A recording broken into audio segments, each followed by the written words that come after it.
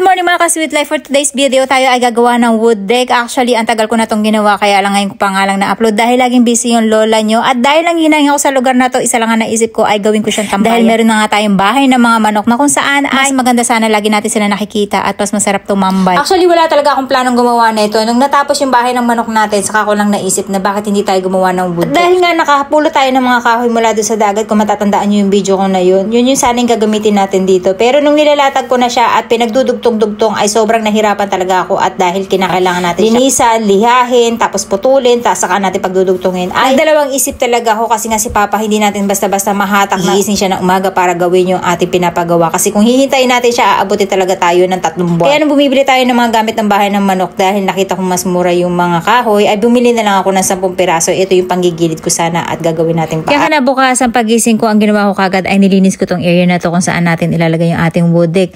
Tapos nakikita nyo yan parang may hollow blocks na yan. Dati kong ginawang wood deck yan. Actually may mga kahoy din na nakalatag dyan. Pero temporary lang, hindi ko talaga pinako kasi sabi ko ay hindi siya pwedeng magtagal dyan. Dahil nga yung ilalim yan guys ay poso o yung parang may tangke siya sa ilalim kaya hindi siya pwede pabigatan at hindi rin siya pwede lagyan ng taniman kasi sayang yung space niya. So ang ginawa ko na nga lang, sabi ko ay lakihan na lang natin yung wood deck natin. At nakikita nyo naman dito guys, ang dami kong binaklas na muna dyan plus yung mga damo, yung mga gumagapang-gapang na mga halaman dyan sa mga gilid-gilid ay hindi ko na masyadong nalilinis kaya this time talagang pinagtatanggal ko even yung mga damo na natubuan na mismo dun sa ilalim wood deck na yan. Tapos hindi na talaga pwedeng isarado yan kasi nga guys ay poso negro yan, kumbaga dyan lumalabas yung mga pupo kaya may tangke dyan na hindi natin pwedeng gawing fish pond, hindi natin siya pwedeng gawing taniman kaya malalim yung area na yan pero malambot lang siya kumbaga. Kaya ang naisip na lang na lola niya ay takpan na lang natin pero hindi natin pwedeng takpan ng buo na ipapako din natin yung ating wood deck. Kaya ang naisip lang ng gawin ng lola nyo ay yung dipatong lang at anytime na kinakailangan tanggalin yan o magkaroon ng problema ay madali natin mababaklas. Tapos ang unang-unang ginawa ko dito yung mga gilid lang muna ang inassemble natin. Kumbaga kinuha ko na muna yung sukat niya kung saan ay magpapantay yung level niya dahil yung lupa dito ay hindi pantay-pantay kaya medyo nahirapan yung lola nyo.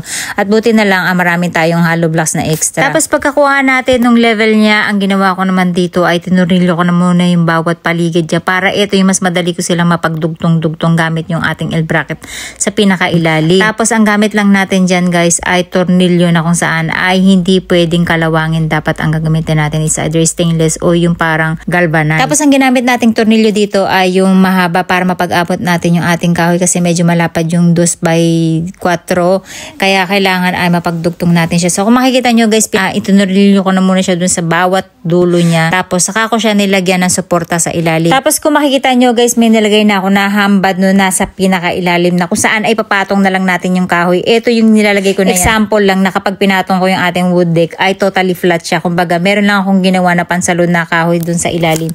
Para yung size na bibili natin ng kahoy ay dire-diretso na lang natin siya isasampa at hindi na natin kinakailangan magpako o magturilyo na magturilyo. Patong na lang tayo ng patong. Ayan, kung makikita nyo guys, sinampulan ko lang yung buong paligid niya, nilagyan natin ng sapin sa ilalim ng 2x4 para yun dyan natin ipapatong yung kahoy na kung saan patong natin ay flat na totally yung ating magiging wood deck at nakalak na siya. Tapos saka ko sinunod yung pinaka frame natin sa loob. Kung makikita nyo yan, yung parang solid wood na nasa gitna yan, yung parang hindi lumundo yung magiging tapakan natin. At ang ginawa ko, hindi ko siya pahiga kinabit kundi patayo para mas may tibay siya kasi nga 2x4 siya. Tapos ang tagal naman nagdiskusyon na ni Papa na ang gusto niya ay yung ating kahoy na lang na napulot ang ilagay at ako naman ang gusto ko naman ay eto na lang kahoy na to dahil nga nag-sale siya 3,000 siya mahigit na bili lang natin ng 1,000. Sabi ko, komportable na ako na ito na lang kasi kabit na lang tayo ng kabit, hindi natin kailangan linisin yung kahoy. Although, mas matibay sana talaga yun. Yun nga lang ay yung time kasi guys. Kung ganitong busy ako tapos si Papa hindi ko alam kung kailan siya may samod para gumawa. So ayun, tumakbo na lang kami ng hardware para bumili. Ganyan kadami guys yung binili natin kahoy para dun sa ating wood deck. At yan yung pabonus ko sa sarili ko next month tsaka ngayon.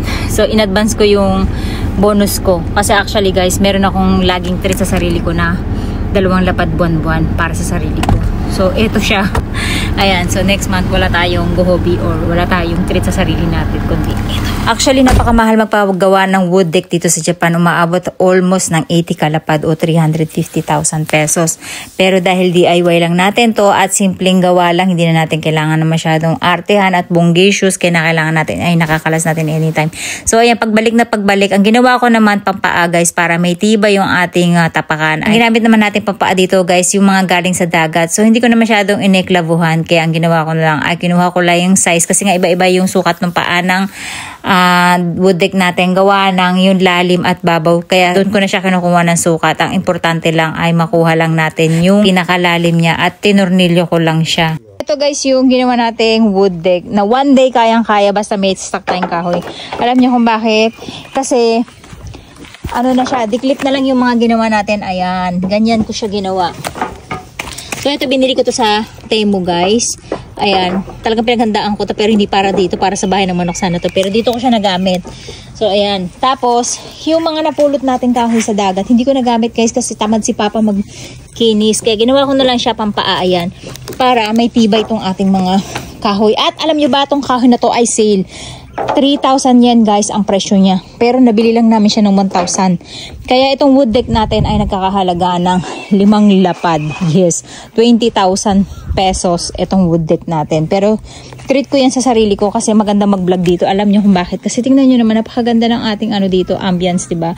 Sayang nga lang pinutong ni Okasang yung mga puno niya dito kasi green na green talaga yung paligid natin. Tapos nandito yung mga tanim natin, syempre mag-winter na rin, ano.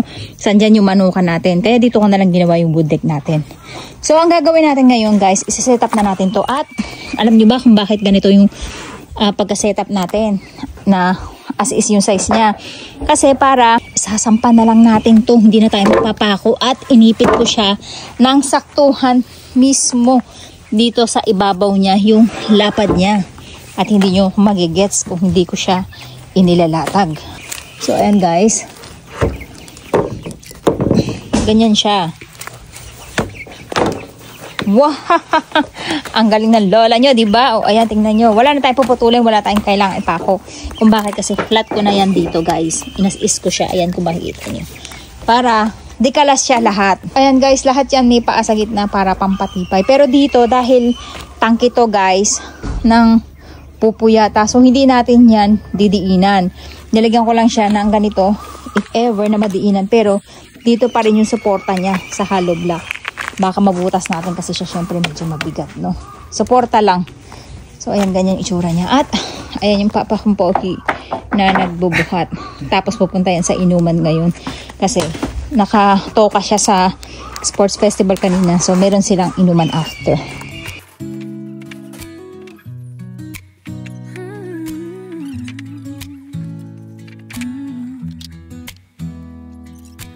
Sunrise paints the city gold. A gentle breeze, a story told. Sipping coffee slow and deep. The world's still slumbering in sleep.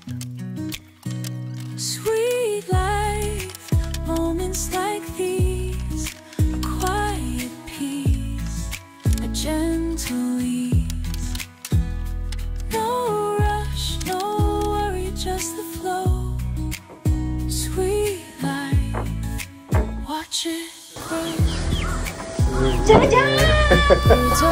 Welcome to my stage!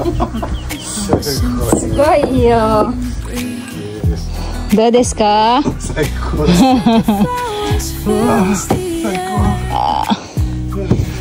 Ba, so natutupad na yung pangarap ko guys na manood ng mga stars sa gabi.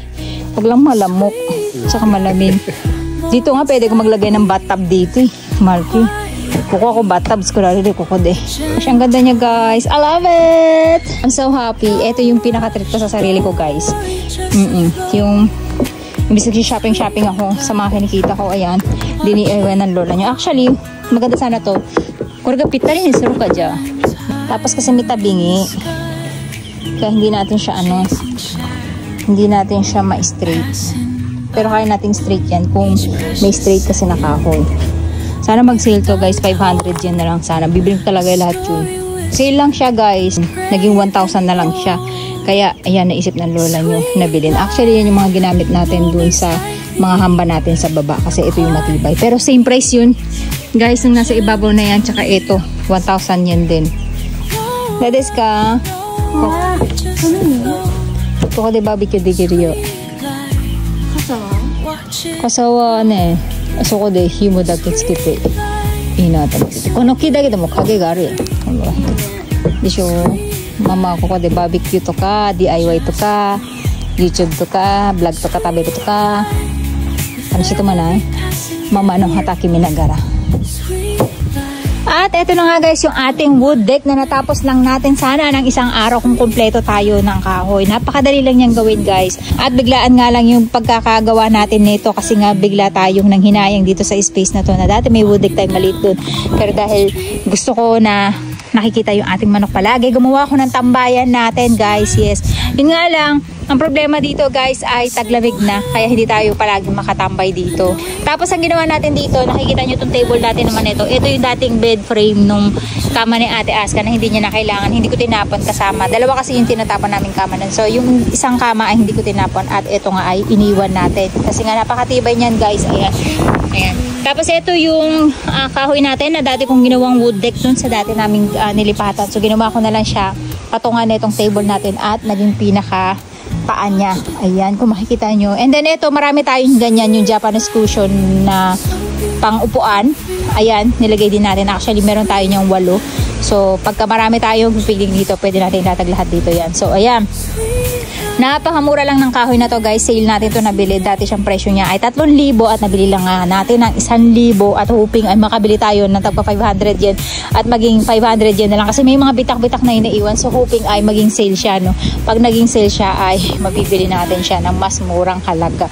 So ayan guys, nakaka-relax dito. Alam niyo kung bakit, kasi nandito nga yung farm natin. So kung may gulayan tayo dito, tapos nandito yung mga prutas natin and salak ng lola nyo soon, baka summer.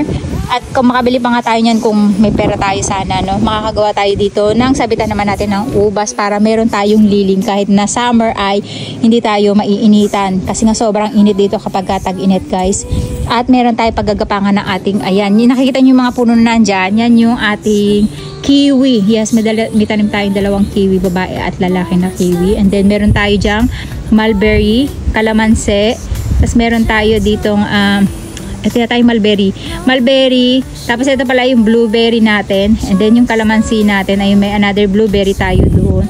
Tapos meron tayong ubas dito guys, and then yung kiwi nga natin, and then dito mga herbs yan, ayan, meron tayo dyang sweet basil, tsaka yung ating mint na pananim, ano ba yung tawag doon sa mint na yun, oregano, meron tayong oregano. Tapos yan yung ajisay natin o yung hydrangea natin.